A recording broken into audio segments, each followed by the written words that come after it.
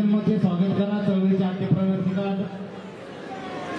Doctor सौ सुधा कांगरिया यांच्या शुभ हस्ते या ठिकाणी दुबे परिवाराने सत्काराला फाटा दिलेला आहे आणि टाकळी खडगाव येथील ज्या मंदिरांचा जीर्णोद्धार चालू आहे त्या मंदिरांच्या जीर्णोद्धाराला भरीव देणगी आणि वर्गणी देत आहे।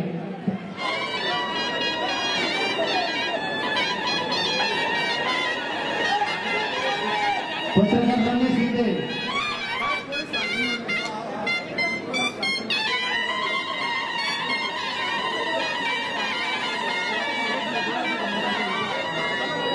चळवळीचा प्रवर्तक साई सूर्या नेत्रालयाचे संचालिका डॉक्टर सुधा कांगरे यांना विनंती आपण स्टेजवर यायचे आणि नेटवरांना शुभेच्छा आणि सदिच्छा द्यायच्या।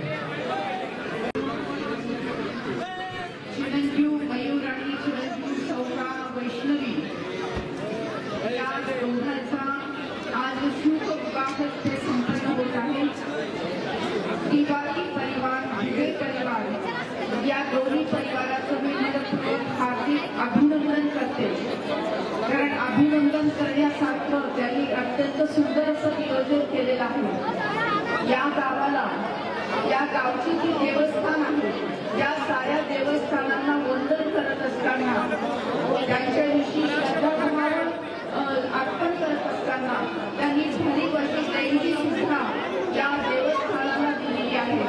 म्हणजे थोरांचा मोठ्यांचा आशीर्वाद घेत त्यांनी आणखी एक सकारात्मक कृत्य सकारात्मक अशी नवीन परंपरा आज इथे निर्माण केलेली आहे आणि ती म्हणजे 8वा फेरा श्री जन्माच्या स्वागताचा। आपल्याला माहिती आहे आज मुलगी जन्माला आली नाही तर येणारी वधू मिळणारच नाही। बेटी नहीं बहू कहाँ से लाओगे, बेटी नहीं बहू कहाँ से लाओगे, अगर बेटी का आगमन होगा ही नहीं, बेटी इस दुनिया में आएगी नहीं तो किसी बेटी घर में बहू आ ही नहीं सकती। इसीलिए बेटी नहीं तो बहू कहाँ से आएगी, ऐसे वैष्णवी जैसी खुशहाल है ऐसी बेटी होनी चाहिए, हर घर में होनी चाहिए। तो बेटी आ जाएगी तो बहू भी आ जाएगी और सामाजिक संतुलन जिसको हम कहते हैं वो प्रॉपर हो जाएगा और समाज में सुख शांति आनंद का निर्माण होगा। आणि म्हणूनच म्हणते आता तरी विचार करा, म्हणूनच म्हणते आता तरी विचार करा, वंशाचा दिवा करा तो तुम्ही ओळखा। म्हणूनच म्हणते आता तरी विचार करा, वंशाचा दिवा करा तो तुम्ही ओळखा। पंथीनेच पुन्हा दिवा प्रज्वलित होतो, पंथीनेच पुन्हा दिवा प्रज्वलित होतो। स्त्री असो वा पुरुष जन्मतः पुरुषाच पती घ्यावा लागतो। आईची महती कशाला हवी सांगायला, आईची महती कशाला हवी सांगायला। चला सज्ज होऊया स्त्री जन्माचे स्वागत करायला, चला सज्ज होऊया स्त्री जन्माचे स्वागत करायला। विवाह समारंभामध्ये जेव्हा संकल्प होतो तो संकल्प हा आयुष्यभर पाळला जातो आणि तो 8व्या फेऱ्याच्या निमित्ताने घेतला जातो। विवाह सोहळ्यामध्ये 7 फेरे घेतले जातात की जे पती आणि पत्नीने एकमेकांना दिलेली ती वचनं असतात। त्या वचनामध्ये आणखी एक वचन आपण जोडलंय आणि ते म्हणजे आपल्या कुटुंबामध्ये जर मुलीचा जन्म झाला तर प्रेमाने आपण तिचं स्वागत करू, तिला शिकवून मोठं करू आणि तिला आपल्या पायावर उभं करू। अशा प्रकारचा संकल्प जेव्हा वधू आणि वर लग्नातच करतात तेव्हा समाजाच्या उन्नतीच्या दिशेने सकारात्मक समाजाच्या परिवर्तनाच्या दिशेने एक सकारात्मक पाऊल पडतं आणि अशाच प्रकारचं पाऊल आज इथे टाकलं गेलेलं आहे। 8व्या फेऱ्याचा मंत्र इथे म्हटला जात आहे की लेखा एवढीच लेखही भारी, लेखा एवढीच लेखही भारी, हाच संदेश घरोघरी 8वा फेरा घेऊया, स्त्री जन्माचे स्वागत करूया। आता हा 8वा फेरा या शुभ विवाह प्रसंगी इथे संपन्न होत आहे। आजपर्यंत भारतवर्षामध्ये 11,000 पेक्षा जास्त वधूवरांनी 8वा फेरा घेतलेला आहे आणि आपणही आपल्या कुटुंबामध्ये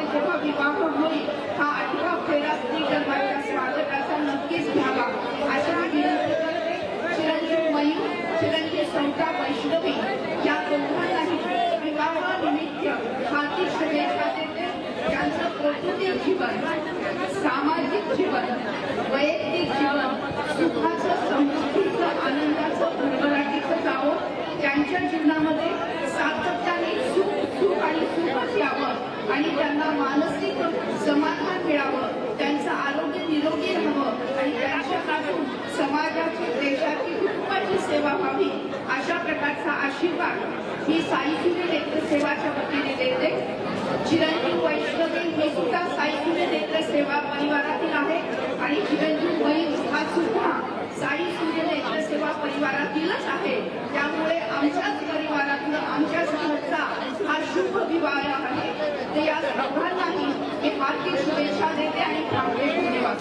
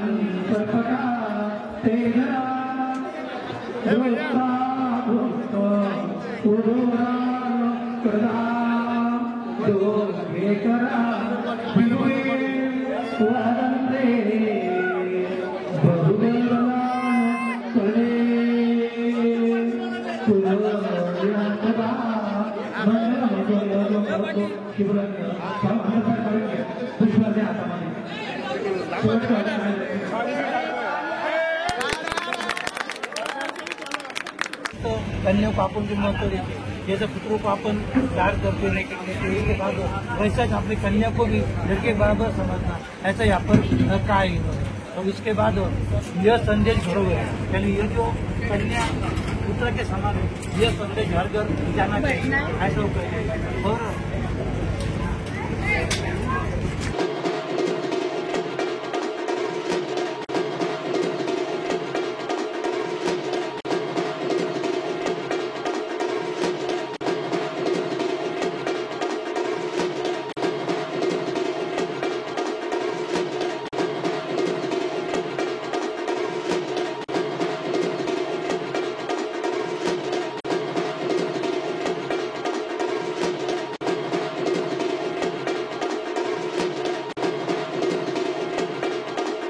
मैं मनीष तिवारी, मेरा बेटा मयूर और बहू रानी वैष्णवी, अभी उनकी शादी हुई है. शादी में बेटी बचाओ का 8वां फेरा लिया गया है.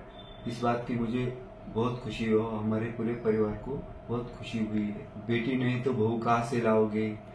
सबने अपने परिवार में बेटी बचाओ का 8वां फेरा लेना चाहिए और बेटी का स्वागत करना बहुत जरूरी है. आप सबसे एक रिक्वेस्ट है, अपने परिवार में 8वां फेरा लेना जरूरी है.